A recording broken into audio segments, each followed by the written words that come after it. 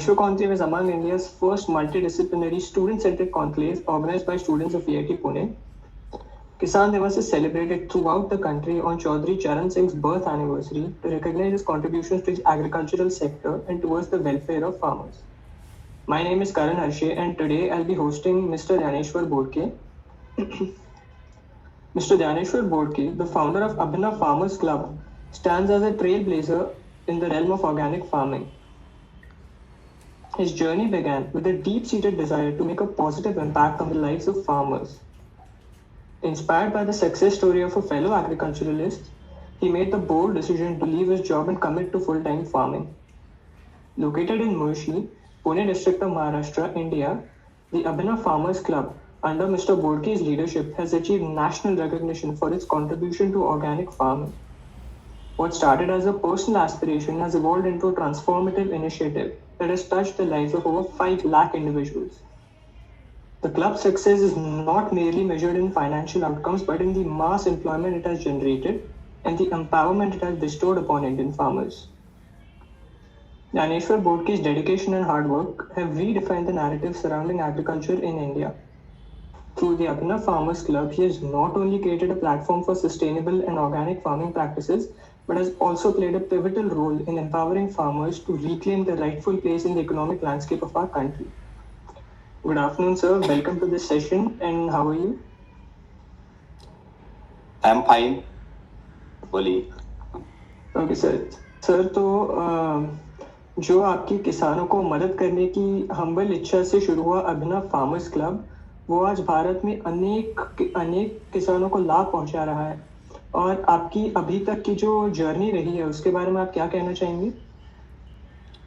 तो शुरू में तो मैं पिताजी के साथ ट्रेडिशनल फार्मिंग करता था, लेकिन ट्रेडिशनल फार्मिंग में पूरे साल का अनाज भी नहीं उगता था 10 एकड़ लैंड होकर भी, क्योंकि वो उसमें कोई इनोवेशन नहीं था. सिर्फ उगाना, फर्टिलाइजर खरीदना, ना मार्केटिंग का सिस्टम मालूम था, ना सेविंग, पैसा सेव कैसा करते उसके बारे में बिल्कुल जानकारी नहीं थी. 10 साल तक पिताजी के साथ फार्मिंग किया, बिल्कुल पैसा नहीं मिल रहा था, इसलिए 10 साल तक जॉब किया ऑफिस बॉय का, एक कंस्ट्रक्शन की ऑफिस में. वहाँ पे भी 6 बजे जाना और रात को 11 बजे वापस आना. 10 साल तक उधर काम किया. मुझे लगता था कि मैं किसके लिए जी रहा हूँ. तो एक दिन न्यूज़पेपर में एक न्यूज़ आया कि एक किसान ने 10,000 स्क्वायर फीट के एक पॉली हाउस में फ्लोरिकल्चर ग्रोइंग करके 1 साल में 10 लाख कमाया. ये न्यूज़ मैंने पढ़ा और मैंने भी तय किया कि मैं भी नौकरी छोड़कर ऐसा ही फार्मिंग करूंगा जिसमें छोटे छोटे फार्मिंग में अच्छा पैसा मिलता है. सांगली में मैं गया, उस किसान का देखा और मुझे बहुत अच्छा लगा कि बिल्कुल 8वीं पढ़ा हुआ एक किसान बहुत मेहनत करता है, उसका पूरा फैमिली उसको हेल्प करता है और उससे वो बहुत पैसा भी कमा रहा है. तो मैंने यहाँ आके नौकरी भी छोड़ने का फाइनल किया. पिताजी बोले पहला शादी कर ले, नहीं तो तेरी शादी भी नहीं होगा क्योंकि तू फार्मिंग करेगा तो नौकरी में है तो शादी कर ले. तो मैंने शादी की और फिर हाउस में गया. तो उसके लिए लोन, और वो लोन के लिए भी बैंक में बहुत बार 6 महीने तक जाता रहा, प्रोजेक्ट रिपोर्ट तैयार किया. हमारे कंट्री में सब बड़े बड़े लोग, पढ़े लिखे लोग बहुत पैसा कमाते. सीए ने भी मेरे से 25,000 लिया प्रोजेक्ट रिपोर्ट बनाने के लिए, और प्रोजेक्ट रिपोर्ट बनाते वक्त भी मुझे पूरा इंफॉर्मेशन पूछा और धब्बा मार के 25,000 लेकर प्रोजेक्ट रिपोर्ट तैयार किया. उनको कोई नॉलेज नहीं था एग्रीकल्चर का और मेरे से पैसा लिया. ये मैंने देखा. और बैंक ने भी 6 महीने तक आज ये पेपर दे दो, कल वो पेपर दे दो करते इतनी दिक्कतें करते. अंग्रेज भी शायद इतनी दिक्कतें नहीं करते होंगे, ऐसा उस टाइम मुझे लगा. और कैसा वैसा मुझे लोन मिल गया. लोन मिलने के बाद हम सब लोग घर के काम करने लगे. पॉली हाउस खड़ा किया, क्योंकि पहली बार 10,000 स्क्वायर फीट में 10 लाख रुपए लगाया था. 10 लाख बहुत बड़ी अमाउंट थी, 25 साल पहले की मैं बात कर रहा हूँ. फिर वो किया और हमने कार्नेशन के फ्लावर उसके अंदर ग्रोइंग शुरू किया. ग्रोइंग हो गया और ग्रोइंग के बाद 3 महीना था मेरी फ्लावर हार्वेस्टिंग के लिए. उसके पहले ही मैंने मार्केटिंग शुरू किया. हमारे कंट्री में किसानों को मार्केटिंग ही नहीं सिखाया, सिर्फ ग्रोइंग सिखाया. अनाज कैसा उगाते ही सिखाया, कैसा बेचते ही नहीं सिखाया. ये उगा कर आज पूरे दुनिया, हमारे देश के पूरे किसान लॉस में, क्योंकि सिर्फ उगाने का सिखाया. उसमें फर्टिलाइजर की कंपनियां, पेस्टिसाइड की कंपनियां, ट्रैक्टर वाले सब आमिर बने, सिर्फ किसान गरीब है. तो उगाने के साथ मार्केटिंग भी सिखाना था, लेकिन हमारे कंट्री में कोई मार्केटिंग में मास्टर नहीं, एग्रीकल्चर के मार्केटिंग में. बाकी सब मार्केटिंग में बहुत लोग मास्टर है, लेकिन एग्रीकल्चर में मैंने देखा तो मैंने पहले ही सब जो पहले पॉली हाउस थे उनको पूछा कि आप कहाँ फ्लावर बेचते थे। बोले मुंबई में दादर मार्केट में बेचता हूँ, पुणे में फ्लावर के मार्केट में, इधर उधर। लेकिन वहां देखा मैंने तो डिमांड और सप्लाई का कोई सिस्टम नहीं था। 20,000 फ्लावर का डिमांड था, 2 लाख फ्लावर आते थे और रेट गिरते थे, हमेशा ऐसा होता था। मैं बोला ये बराबर नहीं है। फिर दिल्ली में मैंने एक आदमी को पूछा कि दिल्ली में बड़े बड़े फंक्शंस होते उसके लिए होंगे। फिर एक आदमी ने मुझे नंबर दिया और उसको हमने पहाड़गंज नई दिल्ली में हनुमान मार्केट है, आज भी है वो मार्केट, वहां पे बोले कि फ्लावर भेज दो। मैं बोला कैसा भेजने का, दिल्ली तो बहुत लंबा है। तो बोले ट्रेन से भेज दो। फिर ट्रेन पे गया तो वहां पे भी मिडलमैन था। हमारी कंट्री में सब जगह पे दलाल होते हैं। तो उसके पास गया तो वो बोला ठीक है आपका फ्लावर का बॉक्स भेज दो, हम भेज देंगे, आपको इतना इतना पैसा लगेगा उसका। मैं बोला ठीक है। मैंने दिल्ली में फ्लावर भेज दिया। 36 आवर्स लगता था दिल्ली में पुणे से फ्लावर जाने के लिए। और हमने शुरू किया और वहां पे वो फ्लावर वाला बहुत खुश हो गया, बोला क्वालिटी बहुत अच्छी है, चाहे तो मैं एडवांस देता हूँ, किसी को मत दे दो फ्लावर। क्योंकि हम सब घर के लोग काम करते थे, लेबर नहीं था, हम खुद काम करते थे, बहुत मेहनत। क्योंकि पूरा जमीन गिरवी रखकर 10 लाख रुपए का लोन लिया था। लोन देते समय पिताजी रूठ गए थे, बहुत दिक्कतें हो गई थी। हमको ऐसा लगा अगर लोन का कुछ प्रॉब्लम हो गया तो खत्म हो गया सब। तो वो बोला कि एडवांस देगा। तो पहली बार हमने देखा कि किसानों को एडवांस देने वाला सिस्टम। फिर उन्होंने 10,000 रुपए भेज दिया और मुझे लगा कि हम एग्रीकल्चर अच्छा कर सकते हैं। देखते देखते 1 साल में मेरे अकाउंट में 10,88,000 जमा हो गए। 5 साल का लोन रिपेमेंट लोन था और वो 1 साल में रिपे हो गया। क्यों? क्योंकि हमें प्रोडक्शन कॉस्ट था ₹1.86 और हमें मिला 6 रुपीज 25 पैसा। इतना ज्यादा अमाउंट मिला क्योंकि क्वालिटी और mother's day, father's day, Valentine day ऐसे फंक्शन में तो बहुत अच्छा पैसा मिलता था। और कार्नेशन का उगाने वाले बहुत किसान नहीं थे, जरबेरा और डच रोजेस वाले बहुत सारे थे, इसके लिए उसके रेट गिरते थे। कार्नेशन में लेबर वर्क ज्यादा था, इसलिए उसमें कोई जा नहीं रहा था, इसलिए मुझे अच्छा पैसा मिला। बैंक के मैनेजर आए घर में और बोले, पिताजी को बोले कि तुमने बहुत प्रॉब्लम किया शुरू में, लेकिन तुम्हारे लड़के ने क्रांति किया है, 1 साल में 10 लाख का लोन रिपे किया है। फिर न्यूज़पेपर में न्यूज छपा, टीवी पे दूरदर्शन पे आमची माती आमची माणसं करके प्रोग्राम था, उसमें दिखाया गया। तो बहुत सारे लोगों को अच्छा लगा कि छोटा किसान 10 लाख का लोन 1 साल में रिपे करता है। उस टाइम मुझे नाबार्ड का नेशनल अवार्ड भी मिला। पीछे चिदम्बरम फाइनेंस मिनिस्टर थे उस टाइम, दिल्ली में मिला। पहली बार मैं ट्रेन में गया और अवार्ड के लिए कोट बीट सब उन्होंने दिया था। बोले किसान भी ऐसा हाई फाई दिखना चाहिए। तो मुझे ऐसा लगा और घर वाले भी हमारे बहुत खुश हो गए। घर वाले नाराज थे क्योंकि पूरी जमीन गिरवी रखकर 10 लाख का लोन लिया था। मेरे पिताजी ने पहले 20,000 का सिर्फ लोन लिया था, उसने वो रिपे नहीं किया तो 5 एकड़ जमीन बेचकर उनको 1.5 लाख रुपए चुकाना पड़ा। ये हमारी स्टोरी थी, इसलिए घर वाले बहुत घबरा गए थे। ये खत्म होने के बाद पिताजी भी खुश हो गए, घर वाले भी खुश हो गए और बाकी के भी लोग मेरे पास आने लगे। तब तक ज्ञानेश्वर बोर्ड के कौन है किसी को मालूम नहीं था, मुझे भी मालूम नहीं था क्योंकि किसानों के पास कोई नहीं जाता। मैंने देखा कि मार्केटिंग अगर सही है तो एग्रीकल्चर इंडस्ट्री सबसे अच्छी इंडस्ट्री, ये हमको पता चला। क्योंकि 10 लाख बहुत पहाड़ जैसी पैसे की रकम थी, लेकिन 1 साल में चुकती करने के बाद फिर और 5 लोगों ने भी मेरे जैसा पॉली हाउस बनाया, वो भी सक्सेस हो गए। तो उनको लोन मिलने में 8 दिन लगा, मुझे लोन मिलने के लिए 6 महीना लगा था।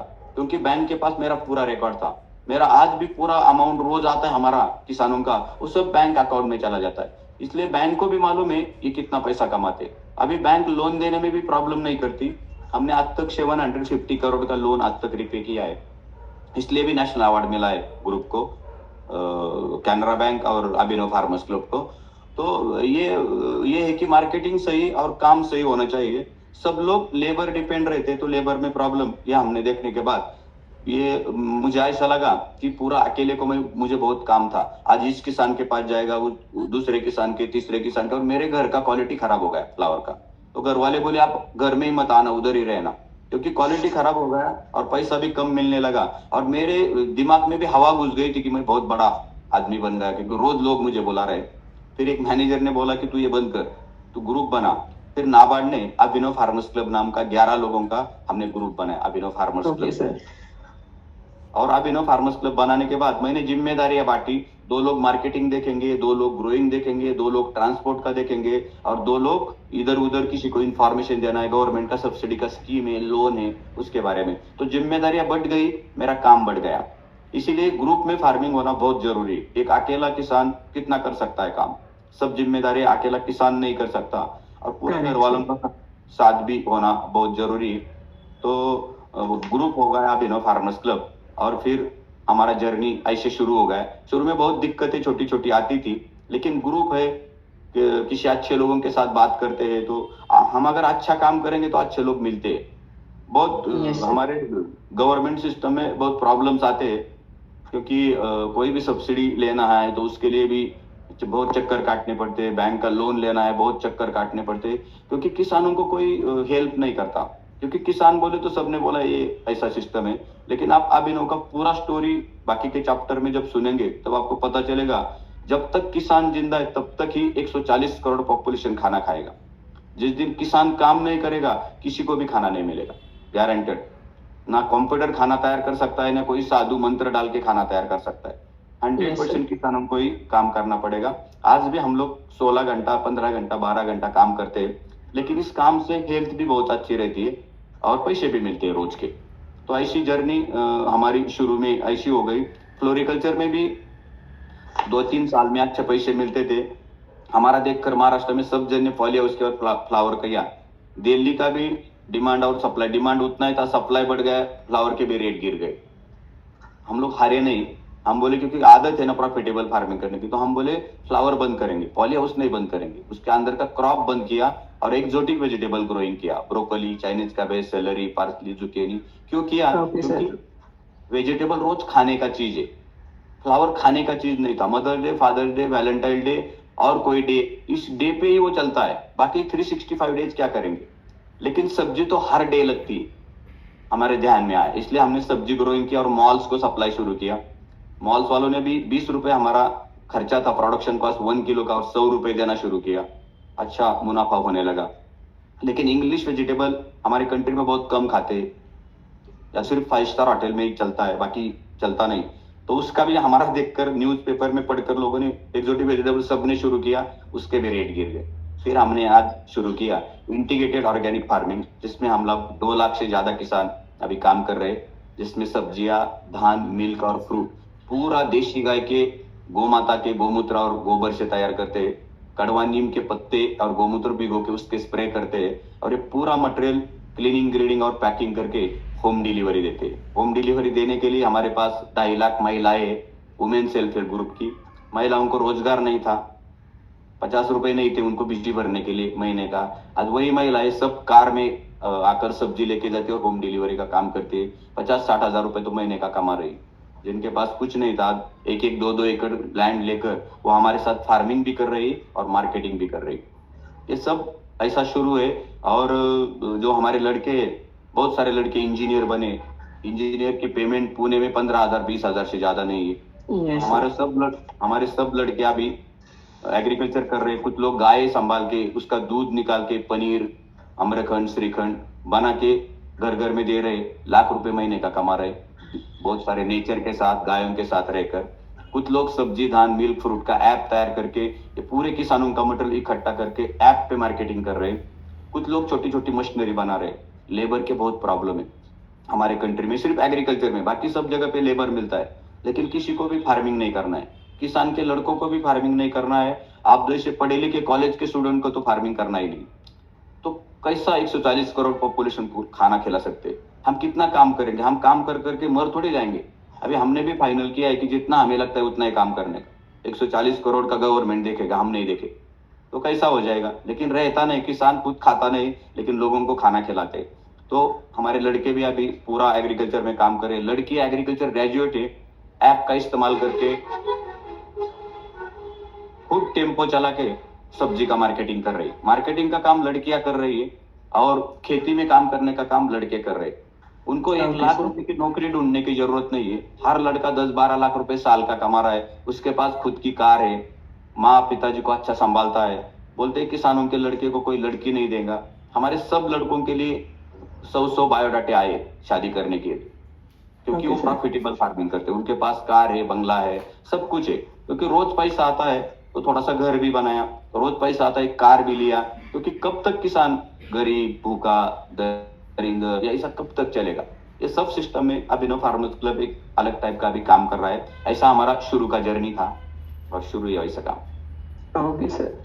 और सर आपने जैसे अभी मेंशन किया कि ज़्यादातर लोग फार्मिंग में पार्टिसिपेट नहीं करना चाहते या इस फील्ड में काम नहीं करना चाहते, तो स्पेशली अर्बन एरियाज में जो बड़े बड़े लोग हैं उनको खेती और फार्मिंग के बारे में ज़्यादा जानकारी नहीं है, उनको जो भी अंडरस्टैंडिंग है वो बस थियोरेटिकल है और प्रैक्टिकल नॉलेज ज़ीरो है। तो इसको अगर हम मद्देनज़र रखते हुए बात करें तो अर्बन एरियाज के युवा पीढ़ी को एग्रीकल्चर में भाग लेने के लिए हम कैसे मोटिवेट कर सकते हैं, और लेट्स से अगर कोई एग्रीकल्चर में भाग लेना चाहता है, कोई उस फील्ड में एंटर करना चाहता है, तो हम उसकी कैसे मदद कर सकते हैं? तो बहुत अच्छा सवाल है।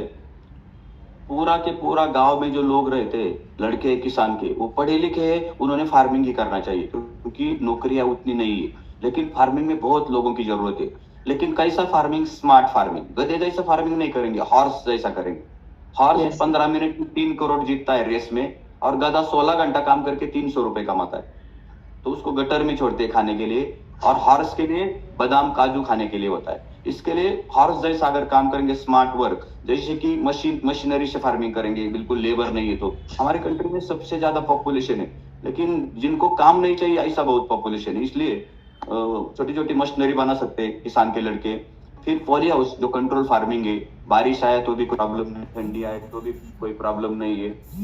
ऐसे सिस्टम में अगर लड़के लोग आएंगे और छोटे से भांडवल मतलब छोटा सा लोन लेकर या घर में थोड़ा सा भी पैसा देकर, एग्रीकल्चर में बहुत इन्वेस्टमेंट की जरूरत नहीं होती शुरू में, तो छोटे इन्वेस्टमेंट में पूरा नॉलेज लेना है एग्रीकल्चर का, और सिर्फ खेती नहीं करनी है, मार्केटिंग भी देना है, मार्केटिंग भी ढूंढना है। मेरे साथ एक आदमी की मैं पहचान करके देता हूँ, अभ्युदय बायोटेक करके एक एग्रीकल्चर ग्रेजुएट लड़का है, पे नौकरी ढूंढ रहे थे, अभी उन्होंने ऑर्गेनिक फर्टिलाइजर और पेस्टिसाइड का या ना पेस्टिसाइड का बिजनेस शुरू किया, और देखते देखते 25 करोड़ की कंपनी तैयार की, और ये है अभ्युदय वाले मेंगड़ी जी।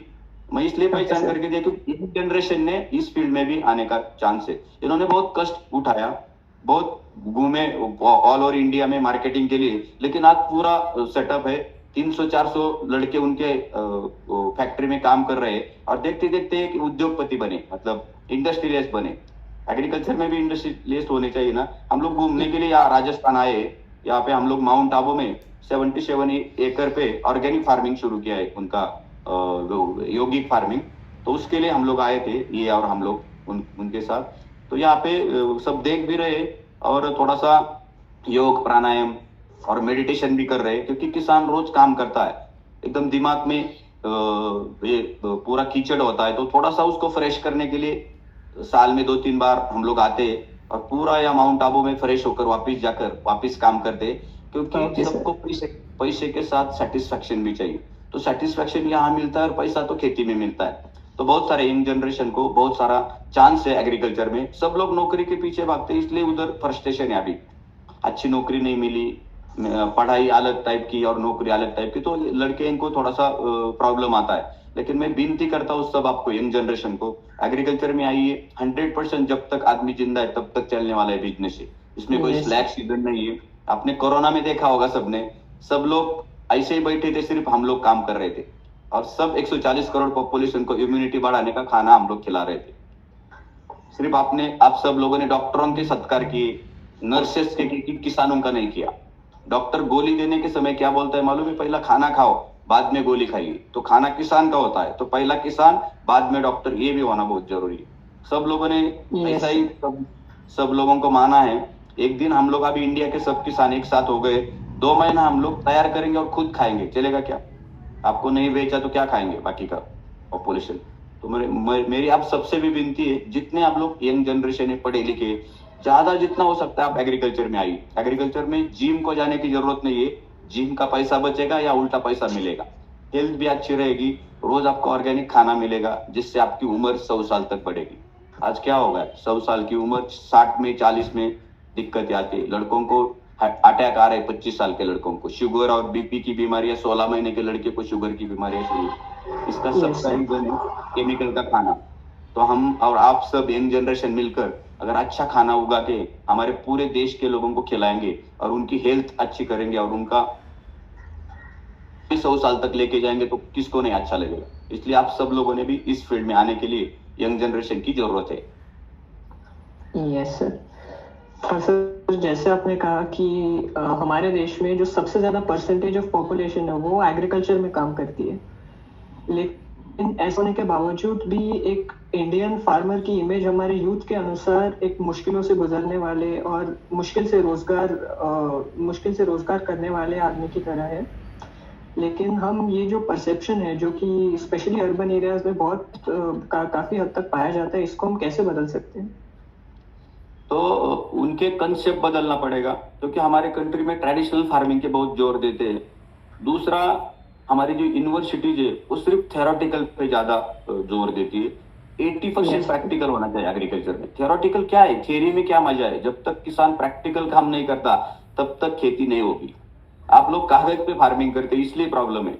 77 ईयर हो गए हमारे, हमको स्वतंत्रता मिली, लेकिन ये सिस्टम चेंज नहीं हो रही। सिस्टम ने बदलना चाहिए। हम लोग तो बदले किसान लोग, क्योंकि हम भूखे मर मर कर सुसाइड कर कर कर थक गए। अबे हम लोग कोई सुसाइड नहीं करेंगे, हम मरेंगे भी नहीं।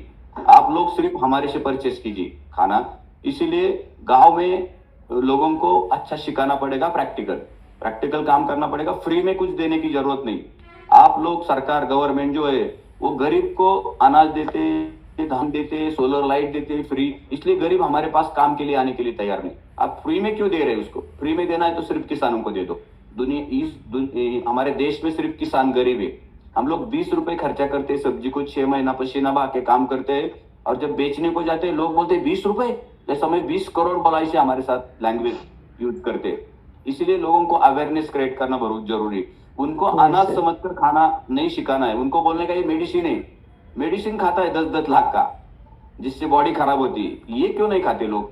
तो उसके बारे में हमको अवेयरनेस बढ़ाना पड़ेगा। और आप जैसे पढ़े लिखे लोग चाहिए। गांव में बहुत सारे लोग हैं, उनको पढ़ाई लिखाई नहीं, उनको समझता ही नहीं मैं क्या बोलता हूँ उनको, क्योंकि उनको समझाने वाला भी चाहिए। सब बड़े बड़े टाई वाले लोगों की लैंग्वेज अलग है और हमारी लैंग्वेज अलग है, तो ये टाई वाले भी नहीं आने चाहिए गाँव में बोलने के लिए। किसान ही किसान को अगर सिखाएगा। हमारा नाबार्ड का ट्रेनिंग सेंटर है 2006 से, ये 2.5 लाख लोगों को हमने ट्रेनिंग दिया है। एक भी दिन बंद नहीं है। हमने 25 साल में कोई छुट्टी नहीं लिया है। सब लोग काम करते, क्योंकि हमेशा लोग आते हैं, ना एयर कंडीशन है कुछ भी नहीं, फील्ड पे ट्रेनिंग होता है, फील्ड वर्क पे। Okay sir. हर हफ्ते को लोग आते हैं। हम उल्टा बोलते हैं कि ये हफ्ते घूमने जाएंगे, लेकिन चांस नहीं मिल रहा है 25 साल से पूरे फैमिली को ये सब, क्योंकि इतना लोगों को अच्छा लग रहा है ये सिस्टम। और बहुत सारे एसी वाले पर्दे पे प्रेजेंटेशन दिखाने वाले बंद है पूना में, शुरू ही नहीं हो गए, क्योंकि लोगों को प्रैक्टिकल चाहिए।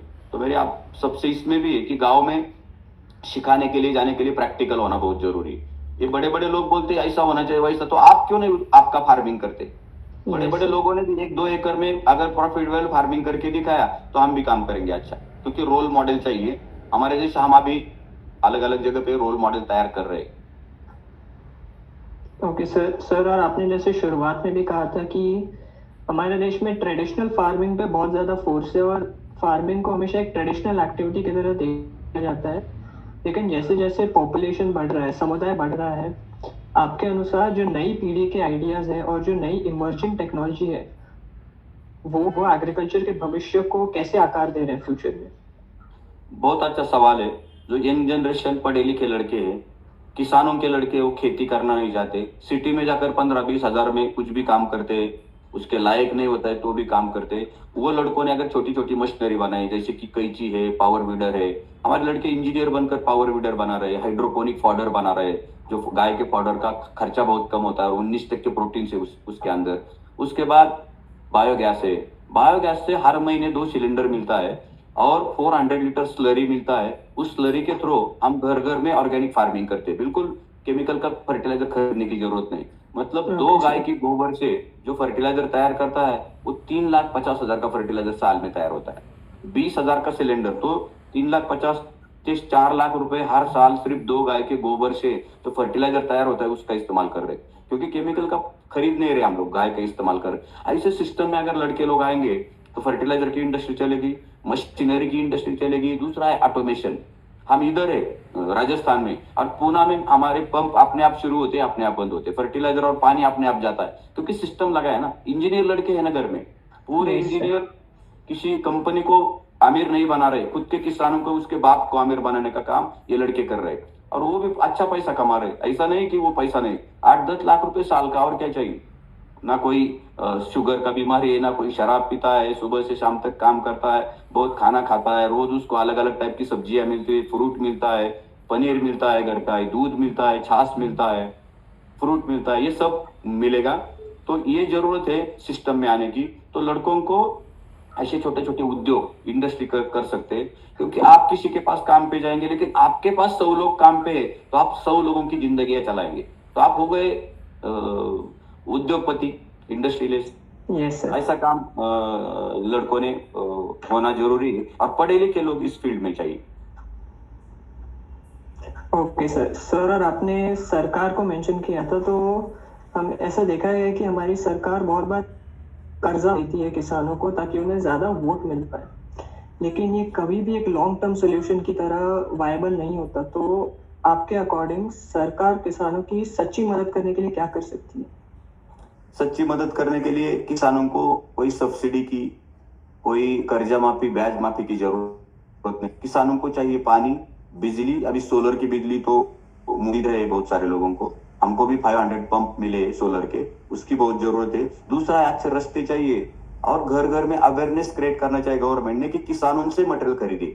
बीच का मिडलमैन आमिर बनाया तुम लोगों ने आज तक, किसान क्यों नहीं आमिर? Yes, sir. तो डायरेक्ट किसान, जो वुमेन सेल्फ हेल्प ग्रुप है, महिला बचत गट की औरतें, उनको अवेयरनेस दे दो, उनको पूरा हेल्प करो। बैटरी के ऊपर की ई बैटरी वाली गाड़ियां दे दो, कार डिलीवरी देने के लिए। गवर्नमेंट ने ये मदद करनी चाहिए। गवर्नमेंट ऐसी मदद करते जिससे किसान कभी अमीर नहीं बनेगा। ये मदद की जरूरत नहीं है किसानों को। इससे उल्टा प्रॉब्लम हो गया, बहुत सारे बैंक डूबे क्योंकि किसान कर्जा माफी देता है, ब्याज माफी देता है, उसकी वजह से उनको वोट मिलता है लेकिन बैंक डूब रही है। और फिर Yes, हम sir. लोगों को एक बार कर्जा माफी हो गई, एक बार हमें कर्जा माफी हो गई तो दूसरी बैंक कोई कर्जा देने के लिए तैयार नहीं, बोले कर्जा माफी मिले आपको कर्जा नहीं मिलेगा क्योंकि आपने डुबाया हमारा पैसा। तो ये सब सिस्टम में थोड़ा सा अलग टाइप का काम होना चाहिए। गवर्नमेंट चाहे बहुत गरीब लोगों के लिए काम कर रही है, तो वो गरीब को गरीब रहने के लिए काम कर रही है शायद। तो गवर्नमेंट ने गरीब के लिए काम नहीं करना चाहिए, अमीर लोगों के लिए काम करना चाहिए। गरीब अपने आप अमीर बनेगा, क्योंकि Okay, sir. अमीर के लिए कोई काम नहीं कर रहा है, ये गरीब के लिए काम कर रहा है तो वो गरीब ही रह रहा है। तो मेरी गवर्नमेंट से भी विनती, हर बार हम लोग भी लेटर लिखते इनको, उनको सबको, कि हमें ऐसा ऐसा सुविधा दे दो, लेकिन वो हमारा नहीं पढ़ते। जो बिल्कुल खेती में काम नहीं करते, सिर्फ खेती की किताबें पढ़ते, उनका सुनते। जो प्रैक्टिकल काम करते उनका कभी नहीं सुनते। तो इसमें अगर गवर्नमेंट हेल्प करेगा तो गारंटेड हमारा अच्छा बनेगा। कोई सब्सिडी विब्सिडी कोई सोल्यूशन नहीं है। सोल्यूशन ये है, किसानों को मार्केटिंग का एक अच्छा सिस्टम दे दो। प्रोडक्शन कॉस्ट क्या है तुम्हारा, उसके ऊपर 50% 100% मार्जिन देकर तेरा माल बेचेंगे। ऐसा अगर हो जाएगा तो काम बनेगा। और गवर्नमेंट ने बेचने की जरूरत नहीं, गवर्नमेंट बेचेंगे तो प्रॉब्लम आएगा। हम ही बेचेंगे किसान लोगों को, बोलने का कि ये रेट है तुम्हारा, प्रोडक्शन कॉस्ट इतना, तुमको प्रॉफिट, ट्रांसपोर्ट का इतना। ये सब सिस्टम फाइनल क्यों नहीं करते?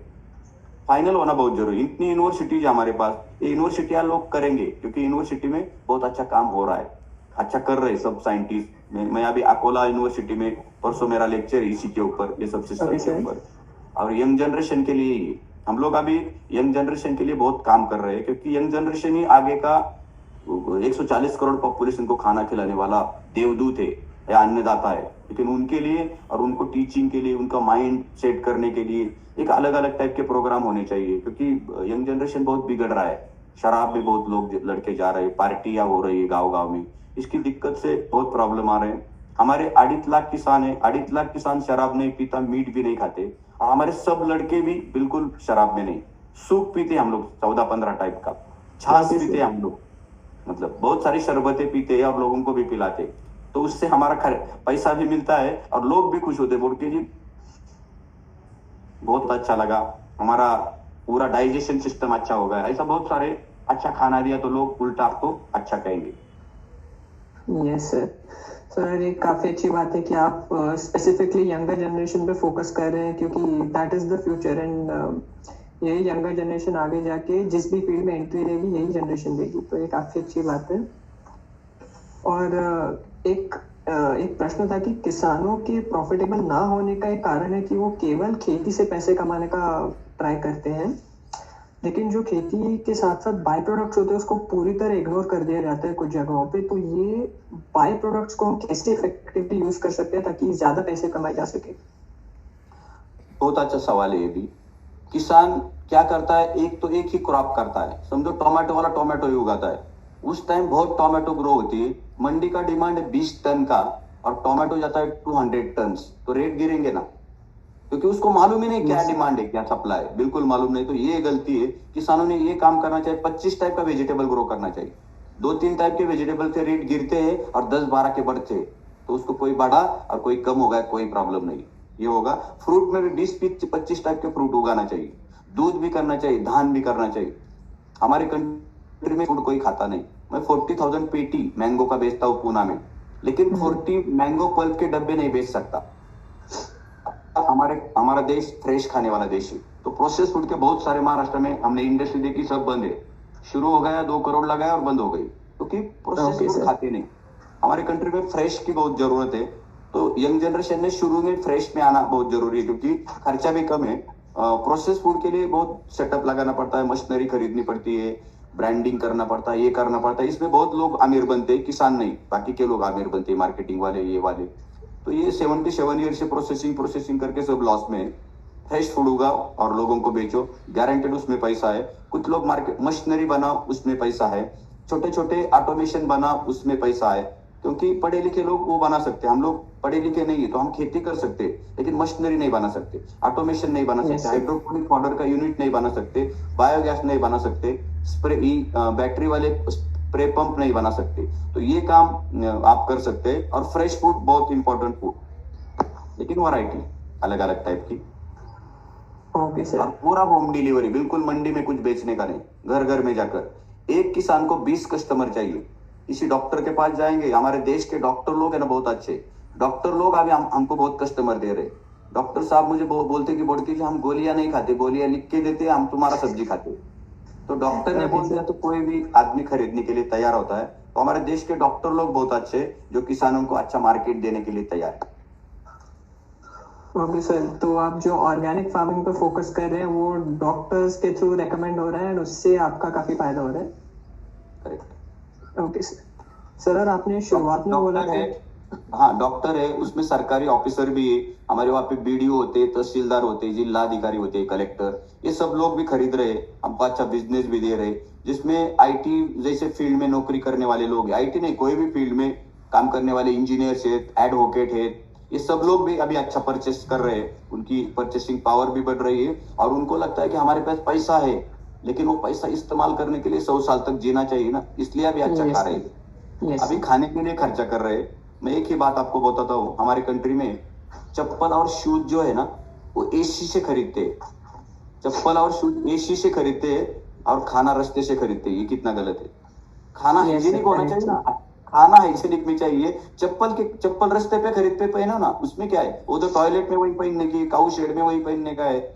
उसके लिए काय कोई एसी शोरूम है, सब बाटा के शोरूम मैंने एसी देखे, एयर कंडीशन देखी, उसके Yes, लिए sir. काय को। और वो हाइजीनिक आप सबसे विनती है कि खाना अच्छा करिए, ऑर्गेनिक वाले किसान को बिजनेस दे दो, उनको हमको बहुत जरूरत है, क्योंकि बहुत पसीना बहा के काम करता है। आप डायरेक्ट परचेस करेंगे तो मिडलमैन का जो प्रॉफिट है वो हमको मिलेगा। आपको कोई ज्यादा पैसा देने की जरूरत नहीं लगेगी, आप मिडलमैन को दे ही रहे। उसकी 2.5 करोड़ Yes, की sir. कार है मिडलमैन की, और हमारे पास साइकिल पंक्चर निकालने के लिए पैसा नहीं। तो आपने थोड़ा पैसा दिया तो हम भी थोड़ी सी एक जीप खरीदेंगे, जो आप तक डिलीवरी देने के लिए, आपको जल्दी डिलीवरी दे सकते हैं हम लोग। ऐसा काम होना बहुत जरूरी है। Yes sir. सर, और आपने शुरुआत में बोला था कि अभिनव फार्मर्स क्लब में आपने महिलाओं को भी एक स्थान दिया है, तो वुमेन एम्पावरमेंट के लिए अभिनव फार्मर्स क्लब ने क्या कदम उठाए अभी तक? तो वुमेन एम्पावरमेंट बहुत इंपॉर्टेंट है। जैसे कि यंग जनरेशन के लोगों को अभी नौकरियां नहीं मिल रही, वो फ्रस्ट्रेशन मिल रहा है, उनको स्ट्रेस है, तो वो एग्रीकल्चर में आकर खेती कर सकते हैं। दूसरा, Yes, sir. हाँ, वुमेन सेल्फ हेल्प ग्रुप को आज तक अचार, पापड़, ब्यूटी पार्लर, बस उतना ही सिखाया। उनको ये नहीं सिखाया कि किसानों का मटेरियल परचेस कीजिए, क्लीनिंग, ग्रीडिंग, पैकिंग करके होम डिलीवरी दे दो। सब औरतें अमीर बनी, 2.5 लाख औरतें अमीर बनी। अमीर बोली तो Okay, sir. कार है उनके पास, बेकार नहीं, अभी कार है उनके पास। Yes, sir. पहले बेकार थे, अभी वर्ड गया, अभी कार है उनके पास, सब कार है। उसका एक ही रीजन है, औरत हमारे पास से 20,000 की सब्जी लेती है और 30,000 में बेच के आती है एक दिन में, उसका 5,000 खर्चा होता है, 5,000 उसका प्रॉफिट है। हफ्ते में एक दिन करती है तो 30-40 हजार रुपए तो महीने का कमा रहे, क्या चाहिए जिंदा रहने के लिए उन्हें। ये अचार पापड़ में कोई खाता नहीं था, कोई बिजनेस भी नहीं होता, पार्लर में भी कोई आने के लिए तैयार नहीं है। एक बिल्डिंग है, 300 फ्लैट है और 20 पार्लर है, तो कौन जाएगा किसके पास इतने पार्लर बने, क्योंकि सब लोग पार्लर और उसमें।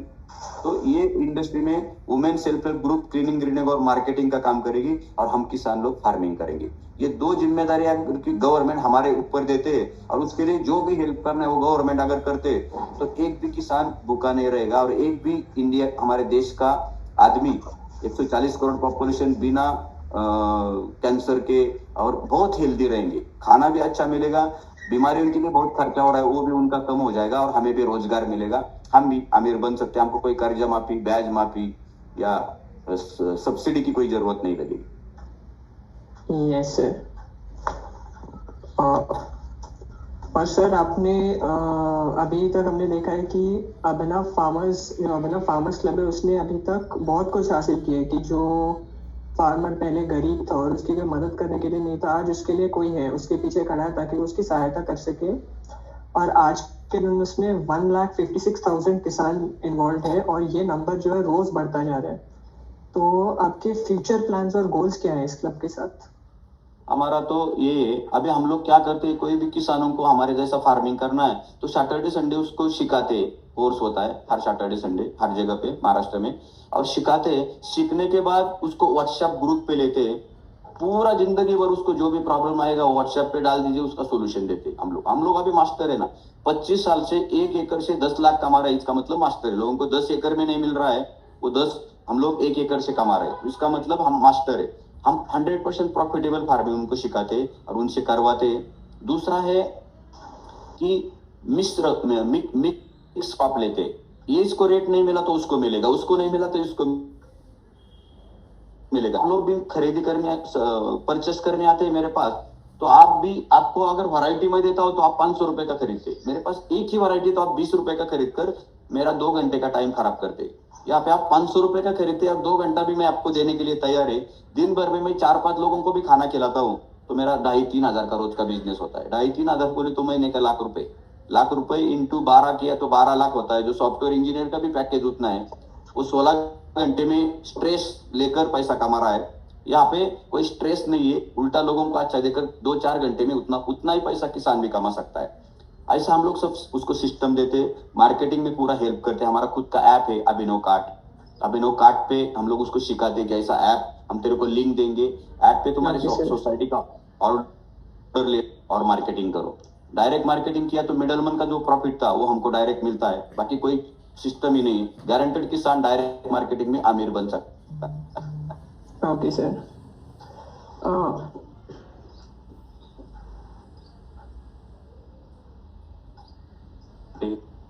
मैं बोलता हूँ लड़कों को, इनको यार तेरे को 50,000 का मिला, 50,000 का मिला, तू नहीं गया वहां पे भी 20-30 हजार में तू नौकर बनेगा। ऐसा दिमाग ठीक है, इंजीनियर लड़के फार्मिंग कर रहे, ऐसा ही किसानों के लिए भी यही है। किसानों को पूरा सिखाते, उनका दिमाग चेंज करते हैं, क्योंकि दिमाग ये राजयोग सिखाते ब्रह्म कुमारी वाले, राजयोग से किसान भी अच्छा दिमाग तैयार किया, तो राजयोग से हम जो पढ़े लिखे किसान नहीं उनका क्यों नहीं दिमाग ठीक कर रहे। तो ये सब सिस्टम के लिए हम लोग यहाँ ब्रह्मा कुमारी में आए, क्योंकि किसान का दिमाग अगर जगह पे आया तो हम लोग दूसरों को सिखा सकते हैं। और जो देश के किसान है वो किसान 100% अच्छे दिमाग लगाकर शांति से पूरा काम करेंगे। दिमाग लगाएं तो लोगों को भी बिना पॉइजन वाला खाना खिलाएंगे। ऐसा सब उसके माइंड में बहुत सारे हस्बैंड वाइफ के झगड़े भी उससे ठीक होते, पिताजी और लड़कों के झगड़े ठीक होते, यंग जनरेशन और पढ़ी लिखी लड़कियों के भी जो बूढ़े लोग हैं उनका और पढ़ी लिखी घर में औरत आती उनके भी झगड़े। तो ये सब झगड़े माइंड सेट करके, क्योंकि उस सबको दिखाते कि रोज 2,000 मिलने वाला है, रोज 3,000 मिलने वाला है, लोग तैयार होते हैं, क्योंकि रोज पैसे की जरूरत है। सबको लगता है कि किसानों को पैसे की जरूरत नहीं, सिर्फ प्रोडक्शन बढ़ना चाहिए। प्रोडक्शन की जरूरत नहीं, पैसे की जरूरत है। प्रोडक्शन नहीं बढ़ा तो उल्टा पैसा ज्यादा मिलता है। जिस दिन प्रोडक्शन ज्यादा होता है उस दिन रेट गिरते, ये तो पक्का आपको मालूम है। प्रोडक्शन का शॉर्टेज क्यों नहीं करता किसान? अगर शॉर्टेज हो गया तो अपने आप रेट बढ़ता है। अभिनव ग्रुप हमेशा शॉर्टेज करता है, इसलिए शायद हम लोग अमीर लोग। नशा नहीं करते, बिल्कुल पैसा खर्च नहीं होता, इसलिए भी हम अमीर होते। हमारे खर्चे भी बहुत कम है, हमको कम पैसा मिला तो भी हम सेटिस्फाइड है, क्योंकि हमको पैसों के साथ सेटिस्फेक्शन चाहिए जो हम खरीद नहीं सकते। ऐसा सब माइंड में उनके पास आते हैं। और हमारा कहना ये है, हमारे देश के हर गांव में एक अभिनव फार्मर्स ग्रुप होना चाहिए, और उस गांव की औरतों को हम लोग मार्केटिंग का काम देंगे, और जितने किसान है उनको ऑर्गेनिक फार्मिंग का काम देंगे। और जो सिटी है, गांव के बाजू में एक शहर है, उस शहर में जाकर लोगों को हफ्ते में बास्केट दे देंगे घर घर में जाकर, क्योंकि शहर के लोग नोट नहीं खा सकते, कंक्रीट नहीं खा सकते, उनको तो सब्जी चाहिए हफ्ते का, धान चाहिए, मिल्क चाहिए, फ्रूट चाहिए, तो सब दे सकते हैं। टोमेटो केचप भी चाहिए, अचार चाहिए, पापड़ चाहिए, वो सब हम ही उनको दे सकते हैं। किसी कंपनी में देने की जरूरत नहीं, किसान और इसलिए हर गांव में एक अभिनव ग्रुप होना चाहिए, उसके लिए गवर्नमेंट ने। और ऐसा हो जाएगा तो बहुत सारे लोगों को सिटी में, गांव के लोगों को सिटी में जाने की जरूरत नहीं, कुछ मशीनरियां बनाएंगे, कुछ मार्केटिंग करेंगे, कुछ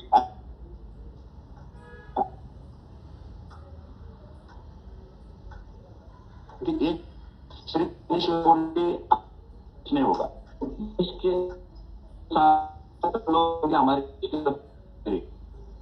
या हो जाएगा तो हम बोल हमें भी मजा हमें बोल सबको हेल्प करने की करने वाले। Okay sir. सर और जो अभी नए फार्म लॉज इंट्रोड्यूस किए थे, सर और आपका एक यूथ के लिए फाइनल मैसेज क्या होगा?